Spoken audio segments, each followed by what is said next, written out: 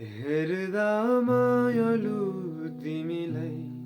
म त भुल्छु तिम्रो मुहारमै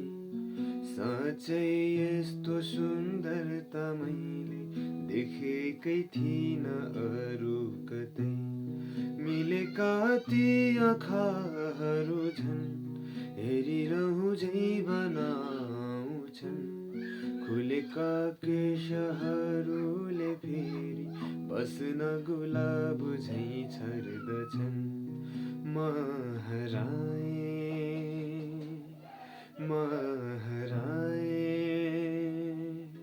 यिनमै